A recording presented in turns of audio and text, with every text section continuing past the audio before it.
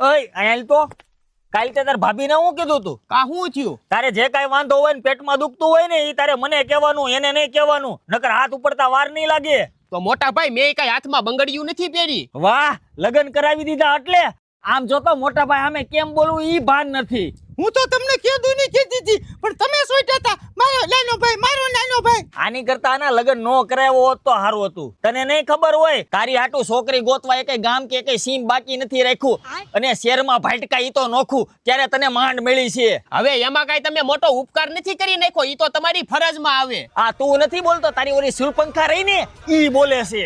તમારે મારી બાઈને કાઈ નહીં કહેવાનું હો, નકર એક ધીકો મારીશ ને તો ભોમાં ભંડારી દઈશ. પણ એક પાટું મારીને તો તને પાતાળમાં ઘાલી દે. હવે એ નોળી આરે લોપ નથી કરવી. મેં પૂરી બનાવી છે, તમે ગામમાં જઈને રસ લઈ આવો. ઈ તો નવરો છે. અરે માવો બનાવ હાલ. અરે બનાવો નથી, હાલે ને આમાંથી ખાઈ લેને.